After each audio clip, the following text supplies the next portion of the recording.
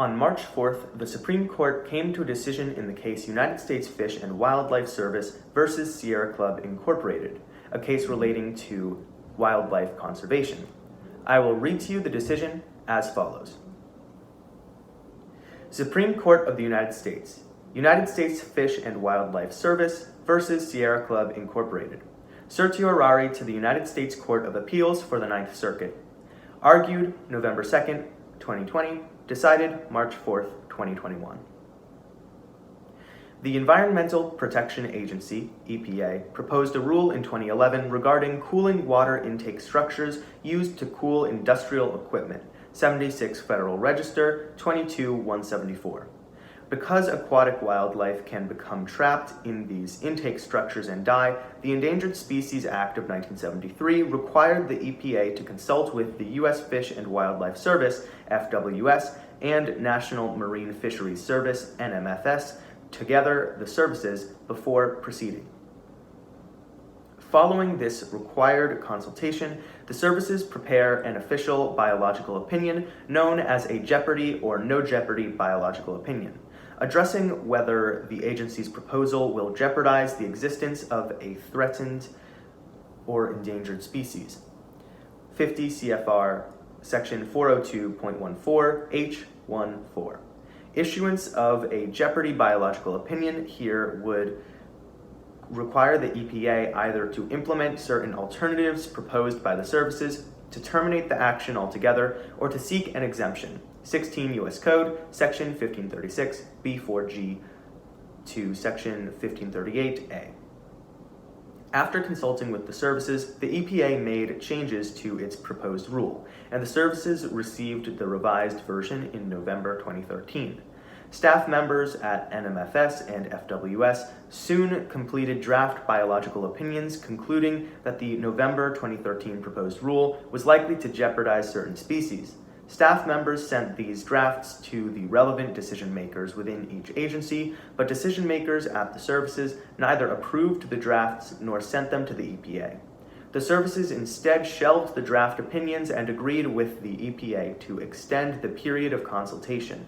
After these continued discussions, the EPA sent the services a revised proposed rule in March 2014 that differed significantly from the 2013 version. Satisfied that the revised rule was unlikely to harm any protected species, the services issued a joint final no jeopardy biological opinion. The EPA issued its final rule that same day. Respondent Sierra Club, an environmental organization, submitted requests under the Freedom of Information Act, FOIA, for records related to the services' consultation with the EPA. As relevant here, the services invoked the deliberative process privilege to prevent disclosure of the draft biological opinions analyzing the EPA's 2013 proposed rule.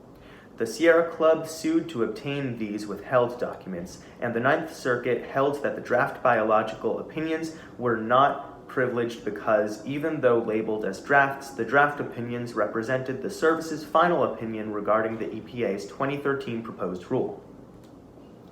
Held, the deliberative process privilege protects from disclosure under FOIA in-house draft biological opinions that are both pre-decisional and deliberative, even if the drafts reflect the agency's last views about a proposal. A.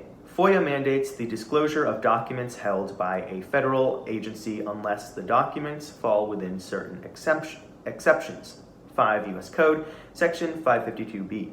One of those exceptions, the deliberative process privilege, shields from disclosure documents reflecting advisory opinions and deliberations compromising the process by which the government formulates decisions and policies. NLRB versus Sears, Roebuck and Company, 421 U.S. 132, 150. The privilege aims to improve agency decision-making by encouraging candor and blunting the chilling effect that accompanies the prospect of disclosure. The privilege distinguishes between pre-decisional deliberative documents, which are exempt from disclosure, and documents reflecting a final agency decision and the reasons supporting it, which are not.